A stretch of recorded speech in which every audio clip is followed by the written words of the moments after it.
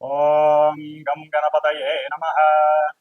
ఓం సుముఖశ్చైకదంతశ్చ కపిలో గజకన్నికః లంబోదరశ్చ వికటో విఘ్నరాజో గణాధిపః धूमकेतुर्गणाध्यक्षो फालचन्द्रो गजाननः वक्रतुण्डः शूर्पकर्णो हेरम्बस्कन्दपूर्वजः षोडशैतानि नामानि यः पठेत् शृणुयादपि विद्यारम्भे विवाहे च प्रवेशे निर्गमे तथा संग्रामे सर्वकार्येषु विघ्नस्वस्ति न जायते। ओम श्री महागणाधिपतये नमो नमः। हरि ओम। फलाशपुष्पशङ्काशं तारकाग्रहमस्तकं रौद्रं रौद्रात्मकं घोरं तं केतुं प्रणमाम्यहम्। ఓం కం కేతవే నమః. ప్రేక్షకులందరికీ కూడా మరి ఇప్పుడు కాలమానంలో అంతరిక్షంలో మార్చి 30వ తేదీన ప్రారంభమైనటువంటి శని యొక్క రాశి మార్పు ద్వారా మే 14వ తారీఖున గురువు రాశి మారడం మిథున రాశిలోకి, ఆ తదుపరి మే 18వ తేదీన ఈ గ్రహాలన్నిటినీ కూడా తన యొక్క వశీకరణంలో ఉంచుకునేటటువంటి, తన యొక్క ఛాయలో ఉంచుకునేటటువంటి ఛాయాగ్రహాలు రెండు ఉన్నాయి మనకి. ఇవి గేమ్ ప్లేయర్స్. మొత్తం అంతరిక్షాన్ని అట్లాగే సూర్యుణ్ణి చంద్రుణ్ణి కూడా తమ యొక్క ఛాయలో కొన్ని క్షణాల పాటు ఉంచేసి మన యొక్క భూ వాతావరణంలో అంతరిక్షంలో ఎన్నో ఆటలు ఆడేటటువంటి గేమ్ ప్లేయర్స్గా ఈ రాహుకేతువుల్ని అభివర్ణిస్తూ ఉంటారు.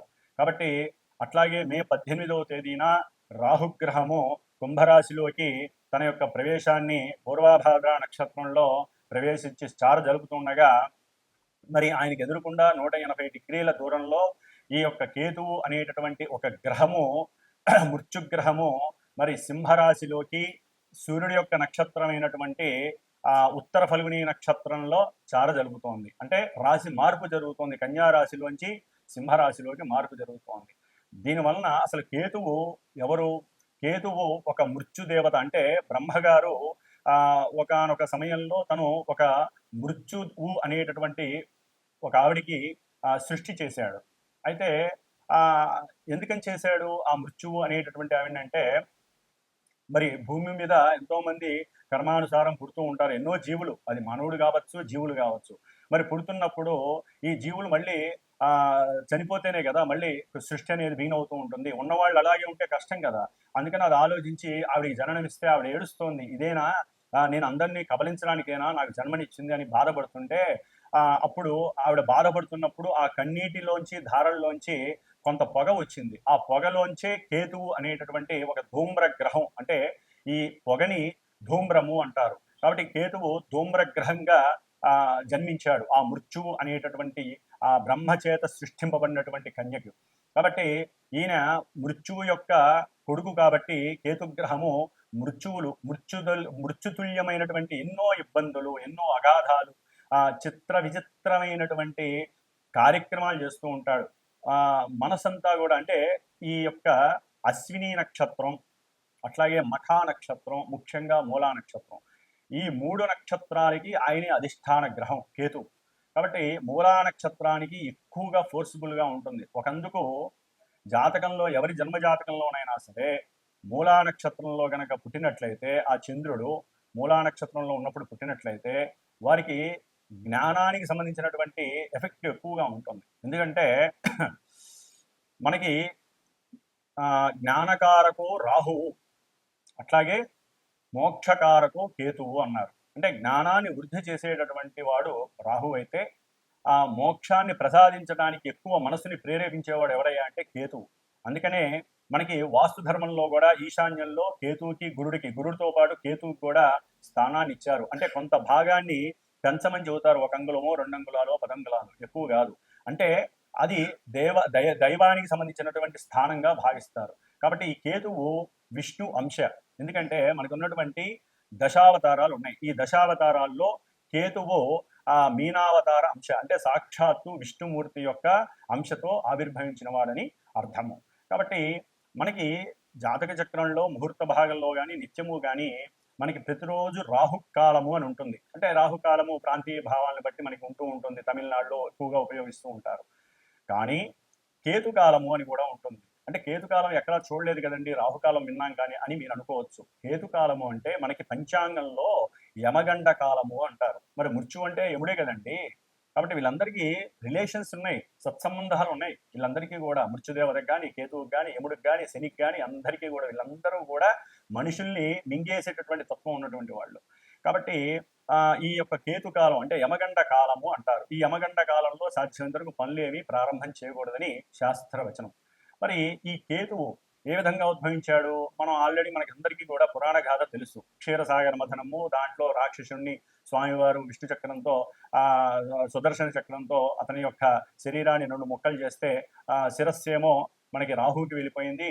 కింద ఈ శరీరం అంతా కూడా మొండెంతో ఉన్నదానికి నాగుపావును పెట్టేసి మరి విష్ణుమూర్తి ఆజ్ఞాపించాడు ఆ కేతువుని కూడా. వీళ్ళకు కూడా మన యొక్క సప్తగ్రహాలు అయితే నవగ్రహాల్లో ఒక్కొక్క స్థానం ఇచ్చారు. కానీ ఈ రాహుకి కేతువుకి ఒక స్థానం మీద కమాండింగ్ ఉండదు, వాళ్ళకంటూ ఏదీ లేదు. ఓకే, కొన్ని శాస్త్రాల్లో వృషభము ఉచ్చ అని, అట్లాగే రాహుకి ఉచ్చ క్షేత్రం అని, కేతువుకి మరి వృశ్చిక రాశి ఉచ్చక్షేత్రం అని అంటారు. అట్లాగే సింహము మీనము కూడా కేతువుకి పరిపరి మతాల విధంగా అంటే ఈ యొక్క శాస్త్రాలలో రకరకాలుగా సింహరాశి కేతువుకి స్వక్షేత్రం అని, అట్లా మీనరాశి స్వక్షేత్రం అని అంటారు. మరి ఈ యొక్క రాహుకేతువులు ఈ యొక్క భూమండలంలో ఎన్నో ఉన్నటువంటి మన ప్రకృతి అంతా కూడా వాళ్ళు ఆవరించవేసి సూర్యాస్తమయాన్ని సూర్యోదయాన్ని కమాండ్ చేస్తూ, అంటే కాలాల రూపంగా యమగండ కాలమని, మృత్యుకాలమని, వీళ్ళ మాంది గ్రహాలు, అట్లాగే గుళిక కాలాలు, ఇవన్నీ కూడా చాలా రకాలుగా ఉంటాయి. అయితే ఈ కేతువు అనేటటువంటి వాడు ఎక్కడైతే ఏ రాశిలో ఉంటాడో ఆ రాశి ప్రభావాన్ని ఇస్తాడు, రాహుమాలే. అట్లాగే ఏ నక్షత్రంలో ఉంటే ఆ నక్షత్రాధిపతి యొక్క రాశి ప్రభావాన్ని ఇస్తాడు, ఏ గ్రహాన్ని అయితే ఉంటే ఆ గ్రహాన్ని కూడా ఇస్తాడు. కానీ ఈయన జ్ఞానాన్ని ఎక్కువగా, అంటే మోక్షాన్ని, జ్ఞానం ఉంటేనే కదండి మోక్షం వచ్చేది, లేకపోతే మోక్షం డైరెక్ట్గా ఎవరికి రాదు, అంత ఈజీ కాదు. ఆ జ్ఞానాన్ని ఇవ్వడానికే రాహువు. కానీ కేతువు కూడా రాహు యొక్క కమాండ్లోనే ఉంటాడు. కానీ ఈ కేతువు ఏమి అంత మంచివాడు కాదండి, మోక్షాన్ని ఇస్తాడు అంతవరకే. కానీ ఆయన పాపగ్రహాలతో కలిస్తే పాపాన్ని ఇంకా రెట్టింపు చేసి మింగేసేటటువంటి తత్వం ఉన్నటువంటి వాడి కేతువు. కాబట్టి ఈ కేతువు యొక్క పరిజ్ఞాన రీత్యా చూస్తే ఎటువంటి కార్యమైన ఆటంకాలు, వ్యాపారస్తులు పూర్తిగా కింద వాళ్ళు పడిపోవడానికి, వ్యాపారంలో పూర్తిగా నాశనం అయిపోవడానికి కూడా ఈ కేతువు కారణం అవుతాడు ఒక్కోసారి. అంటే సరైనటువంటి సాధన లేకపోవడం వల్ల కానీ, వ్యాపారస్తుల్లో కానీ బద్ధకం పెరిగిపోవడం, అందరినీ నమ్మటము, లేకపోతే అవసరం లేని సమయాల్లో పెట్టుబడి పెట్టడము, ఇవన్నీ కేతువు ప్రోత్సహిస్తూ ఉంటాడు. ఆల్రెడీ మొన్నటిదాకా అంటే మే 18 వరకు కూడా ఈ కేతు అనేటటువంటి గ్రహము కన్యారాశిలో ఉండటం ద్వారా మానవుల్లో చాలా మందికి ఈ కేతు మహర్దశ కానీ, వారి జాతకరీత్యా కేతు మహర్దశ కానీ, అంతర్దశ కానీ ఇలా జరుగుతున్నప్పుడు, లేకపోతే అశ్విని మఖ మూల నక్షత్రాల్లో జాతకులకు కానివ్వండి, లేకపోతే కొన్ని రాశుల వారికి ఈయన ఉన్నటువంటి స్థానాలు గనక మృత్యు స్థానాలు లేకపోతే దుస్థానాలు అయినట్లయితే ఈయన ఈ యొక్క కన్యారాశికి సంబంధించిన కొన్ని అనారోగ్య స్థితులు కలుగజేసే ఉంటాయి. నర్వస్ మీద బాగా ప్రయోగం జరుగుతుంది. అట్లాగే లోపల జీర్ణకోశానికి సంబంధించిన, పేగులకి సంబంధించిన ఇంటెస్టివ్ డైజెషన్ సిస్టమ్ అంటే అజీర్ణ వ్యాధులు ప్రబలటానికి, ముఖ్యంగా వ్యాపారస్తులకి నష్టాలను కలుగజేయడానికి, వ్యాపార వృద్ధి జరుగుతుందనుకుంటే అది కాస్త క్షీణించడానికి ఈ కేతువు చాలా వరకు దోహదపడ్డాడు ఇప్పటి వరకు కూడా. అంటే వినాశకారిగా కొన్నిటి ఉన్నాడు. కొంతమందికి లాభాన్ని కూడా ఇచ్చాడు అనుకోండి, అది వారి యొక్క జాతకరీత్యా ఉన్నటువంటి పరిస్థితులను ఇచ్చారు. కాబట్టి పర్సనల్ జాతకంలో ఈ యొక్క రాహుకేతువులు ఆడే ఆట సామాన్యమైన ఆట కాదు. వీళ్ళు ప్లే బాయర్స్ అని కూడా అనొచ్చు. అంటే మొత్తం ప్లే చేసేస్తారు. వీళ్ళతో ఎవరు కలిసి ఉంటే వాళ్ళ యొక్క ఫలితాలు ఇచ్చేస్తాడు. వీళ్ళకంటూ స్వతహాగా నేను ఇదే ధర్మాన్ని అనుసరించాలి అని ఉండదండి. వారు ఏ రాశిలో ఉంటే, ఏ గ్రహం వీళ్ళని చూస్తే, వీళ్ళు ఏ నక్షత్రంలో ఉంటే అట్లా. ఇప్పుడు మరి ఉత్తరాఫల్గుని అంటే సూర్యుడి యొక్క నక్షత్రంలో మనకి జోడియాక్లో మేషం నుంచి 5వ స్థానం అయినటువంటి సూర్యుడి యొక్క రాశి ఏంటి? సింహరాశి. ఆ సింహరాశిలో కేతు వస్తున్నాడు అంటే అతనికి స్వక్షేత్రం. సాధ్యమైనంత వరకు అతను చెడు చెయ్యడు. కానీ కొన్ని రాశుల వారికి మాత్రం స్థానాల రీత్యా చెడు స్థానాలైతే ఘోరాతి ఘోరమైనటువంటి పరిస్థితుల్ని కేతువు కలుగు చేస్తాడు. మృత్యుతుల్యమైనటువంటి కారకత్వాన్ని ఇస్తాడు ఈయన. అందుకని ముఖ్యంగా హృద్రోగము, జఠర రోగము, జీర్ణాశయ లోపాలు, అట్లాగే లివర్కి సంబంధించిన ప్రాబ్లమ్స్, లేకపోతే శిరస్సుకి సంబంధించినవి, క్యాన్సర్స్, ఇంకా ఒక రకంగా చెప్పాలంటే అధికారులు వారు అనుకున్నటువంటి అనుకూలమైనటువంటి అధికారత్వాలు లేకపోవడం, లేకపోతే రాజకీయ నాయకుల్లో వారి వంశపారంపర్యంగా ఎంతో మందికి అనుకూలతలు కలగజేయటం సాధ్యమైనంత వరకు. ఎందుకంటే కుజవత్ కేతువు శనివత్ రాహువు అన్నారు. అంటే కుజవత్ కేతువు అంటే కుజుడిచ్చే ఫలితాలన్నీ కేతు ఇస్తాడు. కుజుడు ఏ విధమైనటువంటి దుర్మార్గపు పనులు చర్యలు ఇస్తాడో, ఎందుకంటే యుద్ధాలు కావచ్చు, శస్త్రచికిత్సలు కావచ్చు, ముఖ్యంగా కేతుగ్రహ ప్రభావం ఉన్నటువంటి వాళ్ళకి శస్త్రచికిత్సలు ఎక్కువగా జరిగే అవకాశాలు ఉంటాయి. అది ఏ భాగం అనేటటువంటిది శరీర జాతక నుంచి తెలుస్తూ ఉంటుంది. కాబట్టి మరి కుజుడిచ్చేటటువంటి భయాందోళనలు కానీ, ప్రమాదాలు కానీ, మృత్యుతుల్యమైన ఏ విషయాలైనా సరే ఈ యొక్క ముఖ్యంగా ల్యాండ్ లిటిగేషన్స్ కానివ్వండి, లేకపోతే అన్నదమ్ముల మధ్య గొడవలు కానివ్వండి, పోట్లాటలు, ఒక చోట సరైనటువంటి స్థిమితం లేకపోవటం, మానసిక చిత్ర విచిత్రమైనటువంటి కళాఖండాలు ఉంటాయి వీళ్ళల్లో. అట్లాగే జూలై 20 తర్వాత ఈయన మళ్ళీ పూర్వఫల్గుని నక్షత్రంలోకి వస్తున్నాడు, శుక్ర నక్షత్రం. ఇప్పుడు సూర్యుడిచ్చే ఫలితాలు ఇస్తే అప్పుడు శుక్రుడిచ్చే ఫలితాలు. చిత్రకళారంగంలో వాళ్ళకి కొంతమందికి అనుకూలతలు ఉంటాయి, కొంతమందికి దిగజారితనాలు ఉంటాయి. చాలా చాలా గోల్మాల్ సిస్టమ్స్ అనేవి కేతు ఇస్తాడు. చిత్రకళా పరిశ్రమ, లలిత కళలు ఉంటాయి మనకి. ఆ లలిత కళల్లో ఏదైతే ఉన్నాయో వాటన్నిటి మీద కేతు యొక్క ప్రభావం ఉంటుంది. సెన్సెక్స్, ముఖ్యంగా షేర్స్ అండ్ సెన్సెక్స్ దేశకాలమాన పరిస్థితుల్లో ఇవి చాలా ఎక్కువగా ఈయన యొక్క కేతు యొక్క ప్రభావం ఉంటుంది. అట్లాగే భార్యాభర్తల మధ్య అన్యోన్యతకు కూడా కేతు యొక్క ప్రభావం ఉంటుంది. ముఖ్యంగా కేతువుకి సంతానానికి సంబంధం ఉంది. ఎందుకంటే కాలసర్ప దోషంలో కేతు యొక్క పాత్ర అచంచలమైనటువంటిది, అనిర్వచనమైనటువంటిది. కాబట్టి సంతానం లేనటువంటి వాళ్ళు ఎంతో మంది గణపతిని ఆరాధించుకోవాలి, సుబ్రహ్మణ్యేశ్వర స్వామిని ఆరాధించుకోవాలి. అన్నిటికన్నా ముఖ్యంగా కేతుగ్రహ ప్రభావం ఉన్నవాళ్ళు కేతు యొక్క జపాలని, దానాలని, ముఖ్యంగా హోమాలని చేయించుకోవాలి. గణపతికి సంబంధించిన గకార అష్టోత్తరం కావచ్చు, గరికతో కావచ్చు, దర్భతో కావచ్చు హోమాలు చేయించాలి. సంతానపరంగా కానీ, విద్యాపరంగా కానీ, బుద్ధి పెరగినటువంటి వాళ్ళు కానివ్వండి, నర్వస్ సిస్టమ్ ఆపరేట్ కానటువంటి వాళ్ళు కానివ్వండి, పక్షవాతం వచ్చిన వాళ్ళు కానివ్వండి, ఒకటి కాదండి, చిత్ర విచిత్రంగా ఉంటాయి కేతు ఇచ్చేటటువంటి పరిస్థితులు. వీళ్ళందరూ కూడా గణపతిని ఎక్కువగా ఆరాధించండి. కేతుగ్రహ ప్రభావం వలన, దానివలన బుద్ధి వికాసము, కూర్చుంటే పూజ చేయాలనేటువంటి తాపత్రయం పెరుగుతుంది. మోక్ష మార్గానికి మీకు మీరే ఆ దైవాన్ని ఎక్కువగా నమ్ముకోవాలి. కాబట్టి కేతువు సింహరాశిలో ఉండటం చాలా చాలా విశేషప్రదం, కొన్ని రాశుల వారికి తప్ప. కాబట్టి ఈ ద్వాదశ రాశుల్లో ఏ రాశుల వారికి కేతుగ్రహ ప్రభావం శుభంగా ఉంటుంది, కొంతమందికి ఇబ్బందిగా ఉంటుందో తెలుసుకుంటూ, మరి కేతువుకి సంబంధించినటువంటి మోక్షానికి కానివ్వండి, పూజలకు కానివ్వండి, ఏ పూజలు చేయాలి, ఏ ఆరాధనలు చేయాలో మరి మనం ఇప్పుడు తెలుసుకుందాం. ముఖ్యంగా ఓం కం కేతవే నమో నమః. కన్యారాశి. కన్యారాశి వారికి మే 18వ తేదీ నుండి కూడా ఇప్పటి వరకు వీరికి తమ యొక్క జన్మరాశిలో కేతువు ఉండి, సప్తమంలో ఎదురుకొండ రాశిలో రాహు ఉండి, కాలసర్ప యోగాన్ని దాటి ఇప్పుడు శేషనాగ కాలసర్ప దోషము పడుతోంది. అంటే మే 18 తర్వాత ఈ జన్మరాశిలో కన్యారాశిలో ఉన్నటువంటి కేతువు ఉత్తర ఫల్గుని నక్షత్రం సింహరాశిలోకి అడుగు పెడుతున్నాడు, అంటే 12వ రాశిలో. మరి కేతువు 12లో ఉండటం ద్వారా అది సూర్యుడి యొక్క రాశి కావటం చేత మీరు పూర్వజన్మల్లో చేసుకున్న పుణ్యఫలం కావచ్చు, కర్మలు కావచ్చు, ఈ జన్మలో ఇప్పటి వరకు చేసుకున్నటువంటి పుణ్య ఫలితాలు, అంటే ఏదో ఒక దేవతారాధనలు మన కంపల్సరీ సనాతన ధర్మం చేసే వాళ్ళందరూ కూడా ఏ గణపతి పూజో, వినాయకుడి చతుర్థి వచ్చినప్పుడు వినాయక పూజలో ఏ పనికి ప్రారంభించినా గణపతికి నమస్కారం చేయడమో, ఏదో రకంగా మనం వింటం ద్వారా, శ్రవణం ద్వారా, వాక్కు ద్వారా, నేత్రం ద్వారా, పంచేంద్రియాల ద్వారా గణపతినో లేకపోతే సుబ్రహ్మణ్య స్వామి పూజలు చేసుకోవటమో ఏదో ఒకటి కంపల్సరీ చేస్తూనే ఉంటాము. మరి ఇవన్నీ ఇప్పుడు మూట కట్టుకొని మోక్ష రూపకంగా, అంటే మోక్షం అంటే చనిపోయిన తర్వాత కలిగే మోక్షం కాదండి, అది ఎవ్వరికి తెలియదు. అది మరలా అదంతా కూడా శాస్త్రాలు చదివితే మనకి తెలుస్తుంది మోక్షం యొక్క విధి విధానం ఏంటనేది. అంటే అంత అవసరం మనకి లేదు మనం బతుకుతున్న ఈ కాలమానంలో.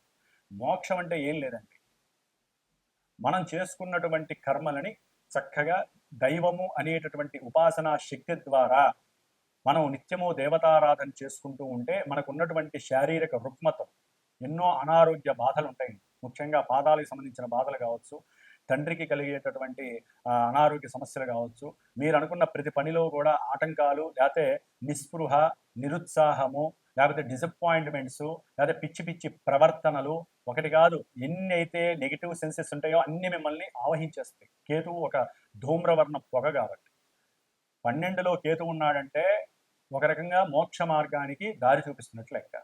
అంటే మరి దానికి ప్రతికూల ప్రతిబంధకాలు ఉంటే మనం నిత్య జీవితంలో బతికేటప్పుడు చాలా కష్టపడాల్సి వస్తుంది. కాబట్టి చాలా జాగ్రత్తగా ఉండండి. ఆరోగ్యం పట్ల, తండ్రి గారి యొక్క ఆరోగ్యం పట్ల శ్రద్ధ వహించండి. కాస్త హాస్పిటల్స్‌కి వెళ్ళాల్సిన పరిస్థితి, ముఖ్యంగా ప్రేమ వ్యవహారాల్లో ఉన్నటువంటి వారు ఎవరైనా ఒకరికొకరు ఇష్టపడుతుంటే గనక దాంట్లో నెగెటివ్‌నెస్ కనిపించడానికి, అంటే ప్రతికూలత్వం కనిపిస్తోంది. అనుకూలత్వం తొలగిపోయే అవకాశం ఉంటుంది. కొంతమందికి ఏదైనా ఈ భూములకి సంబంధించిన కోర్టు వ్యవహారాల విషయంలో మొన్నటి వరకు ఏదో అవుతుందేమో అని ఒక చిన్న అవకాశం ఉండేది. వాటిల్లో కూడా చాలా ఆర్థికపరమైనటువంటి ధనం ఒక్కోసారి తండ్రిని బెదిరించి తండ్రి యొక్క ఆస్తి లాక్కొని దాన్ని అమ్మేసేసి వీళ్ళ యొక్క కోర్టు కేసుల్లో పెట్టే పరిస్థితులు ఉంటాయి. లేదా విందులు, వినోదాలు, ఆహ్లాదకరమైనటువంటి ఈ పెద్ద పెద్ద వాళ్ళ పార్టీలు జరుగుతూ ఉంటాయి. రాజకీయ రంగంలో పార్టీలు. వీళ్ళు కన్యారాశి వాళ్ళు ఇప్పటిదాకా వాళ్ళకేం తెలియదు. ఏదో పరిచయం అవుతారు ఎవరిదారో అగంతకుల ద్వారా వారితో వెళ్ళటము, తెలియకుండా అవసరం లేనటువంటి కొన్ని పొగలకి సంబంధించినటువంటి హుక్కాలు, సిగరెట్లు, అలా నెగిటివ్గా ఉండేటటువంటి సెన్స్ అన్నిటినీ కూడా పీల్చేయడం, లేకపోతే దుర్వ్యసనాలకు సంబంధించిన వాటిల్లో పాల్గొనడం, కార్యకలాపాలు చేయడం, వస్తు మార్పిడి చేయడం ద్వారా వీళ్ళు కోర్టులు వెళ్ళే అవకాశం ఉంటుంది. అది సామాన్యంగా ఉండదండి. 2 ఏళ్ళు పట్టొచ్చు, 7 ఏళ్ళు పట్టొచ్చు, 15 ఏళ్ళు పట్టొచ్చు. చాలా కఠినమైనటువంటి పరిస్థితి. కాబట్టి గణపతి ఆరాధన చేయాలి. గణపతిలో గా అంటే జ్ఞానానికి ప్రతీక, నా అంటే చక్కగా మోక్షానికి ప్రతీక, పతి అంటే అధిష్టాన దేవత, అధిపతి. అంటే ఇటు జ్ఞానకారకత్వము, మోక్షకారకత్వాన్ని ఇచ్చేటటువంటి ఈ గణపతి ఆరాధన చేయడం ద్వారా మరి కేతు ఏమన్నా తక్కువ అండి? మోక్షాన్ని ఇవ్వటంలో, జ్ఞానాన్ని ఇవ్వటంలో చాలా అనుకూలమైనటువంటి పాత్ర వహిస్తాడు. మరి ఆయన బాలేనప్పుడు ఏం చేయాలి మనం? ఈయన్ని పట్టుకోవాలి, గణపతిని పట్టుకోవాలి. అట్లాగే కేతుగణ ధ్యానాలు మీరు చేస్తూ ఉండాలి. కేతుగణానికి సంబంధించిన జపము, దానము చేయాలి. అట్లాగే ఎవరికైనా సరే అశ్వాలు ఉంటే అశ్వాలకి సంబంధించినటువంటి అశ్వాలకి చక్కగా ఈ రోజు కూడా గడ్డితో పాటుగా ఈ ఉలవలకి సంబంధించినటువంటివి నైవేద్యం పెట్టి పెట్టడం, లేదా కంపల్సరీ వీరు గణపతి హోమాన్ని కేతుగణ దోష పరిహారార్థమై గరికతో కానీ, అట్లాగే అంటే పచ్చిగడ్డి గరికతో కానీ, లేకపోతే దర్భతో కానీ నాగాకారంలో చుట్టి దాంతో హోమం చేయడం కంపల్సరీ విశేషము. కంపల్సరీ వీళ్ళు ఎట్టి పరిస్థితుల్లో గణపతి అధర్వణ ఉపనిషత్తు పారాయణని 108 సార్లు 7 రోజుల్లో చేయించుకోవాలి, 7 రోజులు చేసుకోవాలి. లేదా 7 మంది బ్రాహ్మణులు కూర్చోబెట్టి ఒకే రోజు చేయాలి. అలాంటిది మాలాంటి వేద పండితుల ద్వారా, చక్కగా వేదం నేర్చుకున్నటువంటి ద్వారా వారి జాతకంలో ఏదైనా కేతుగణ దోషాలు అధికంగా ఉంటే, ఇప్పుడు నేను చెప్పినవన్నీ కూడా దోషాలు ఇప్పుడు ప్రస్ఫుటం అవుతూ ఉంటాయి గోచారంలో.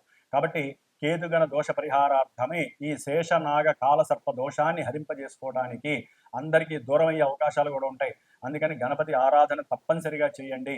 కేతుగణ స్తోత్రాన్ని చదవండి. ఓం గం గణపతయే నమః. గణపతిని చక్కగా మనస్ఫూర్తిగా అర్చించండి. అట్లాగే గకార అష్టోత్తరం ఉంటుంది, పసుపు అక్షతలతో స్వామివారిని అర్చించండి. తెలియకుండా మీకు కలిగేటటువంటి ఎన్నో ఆటంకాలు, ఆపదలన్నీ కూడా నిదానంగా తొలగిపోయి చక్కటి అనుకూలమైనటువంటి భావనలు మీకు కలిగే అవకాశాలు స్పష్టంగా ఉంటాయి. అనుకోకుండా ఏదో రకంగా దూర ప్రాంతాల నుంచి, లేకపోతే తండ్రి యొక్క ఆస్తిపాస్తుల నుంచి అమ్మటం ద్వారా జూలై 20 తర్వాత మీకు అఖండమైనటువంటి ధన ప్రాప్తి కలుగుతుంది. అట్లాగే మీరు పెట్టినటువంటి దేవాలయాలకు పెట్టినటువంటి 10 రూపాయలు ఎప్పుడన్నా పెట్టుంటే ఆ యొక్క దైవారాధన, ఆ దేవుడికి చేసినటువంటి ఎన్నో దాన ధర్మాదుల వలన మీకు చక్కటి జీవితం ముందు ముందు కనిపించే అవకాశం ఉంటుంది. గణపతి హోమము గరికతో వాటితో చేయించుకోవాలి. అధర్వణ ఉపనిషత్తు చేయించుకోవడమే మీకు శ్రీరామ రక్ష, గణపతి రక్షగా భావించండి. ఓం గం గణపతయే నమః.